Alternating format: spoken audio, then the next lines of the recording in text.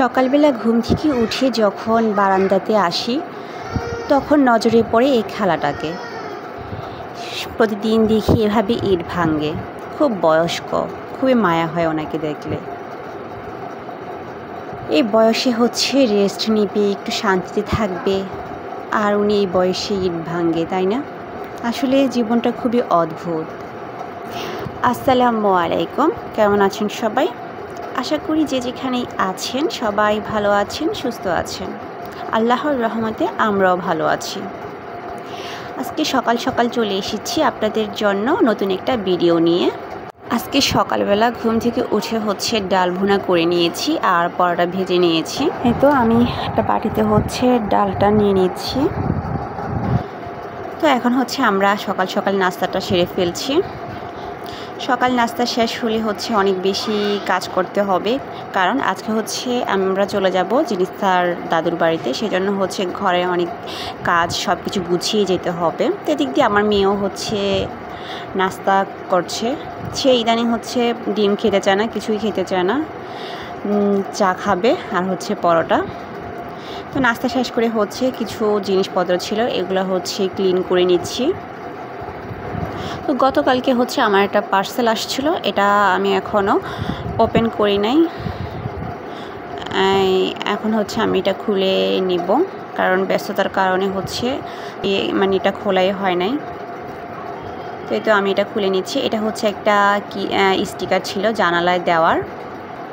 এটা জানালা দেওয়ার একটি স্টিকার, রান্নাঘরে দেওয়ার জন্য এটা এনেছি।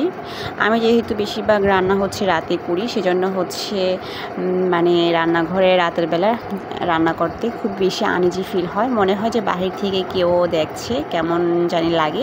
আর সেজন্য আমি এখানে স্টিকার দেওয়ার জন্য স্টিকার নিয়ে এসেছি। তো এখন এটা আমি নিজেই স্টিকারটা লাগিয়ে ফেলবো। প্রথমে আমি কি করেছি, জানালাটা একটু ক্লিন করে নিয়েছি ভিজা ন্যাকড়া দিয়ে। জানালাটা ভালো করে ক্লিন করে আমি এখন স্টিকারটা লাগাবো। স্টিকারটা আমি খুলে নিচ্ছি।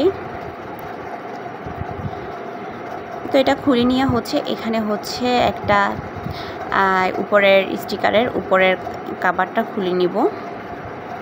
উপরের কাভারটা খুলে আমি এখন জানালাতে এটা লাগিয়ে নিব। আস্তে আস্তে করে উপর থেকে চেপে চেপে আমি পুরাটা স্টিকার লাগিয়ে নিচ্ছি।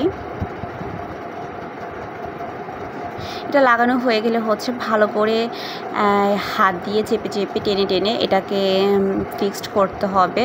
ভিতরে কোনো বাবল থাকলে এগুলো যাতে বের হয়ে যায়, সেজন্য। আর এই তো আমি এক পাশের জানালা লাগিয়ে ফেলেছি স্টিকারটা।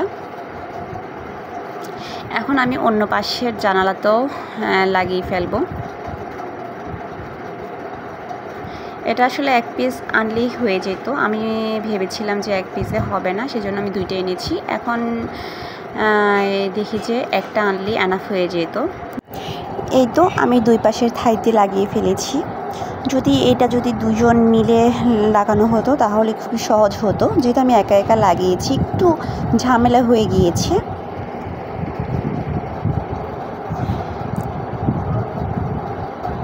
এই স্টিকারটা আমি দারাজ থেকে নিয়েছি, এটা আমার খুব প্রয়োজন ছিল।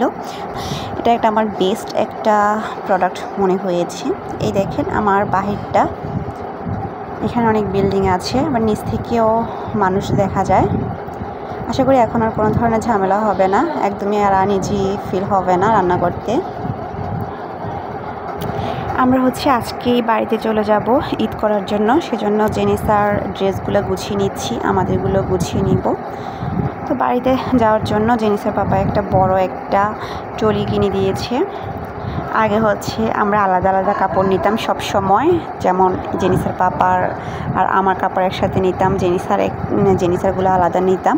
তারপর জেনিসার পাপার আরেকটা ল্যাপটপের ব্যাগ হতো, সব কিছু মিলিয়ে 3-4টা ব্যাগ হয়ে যেত।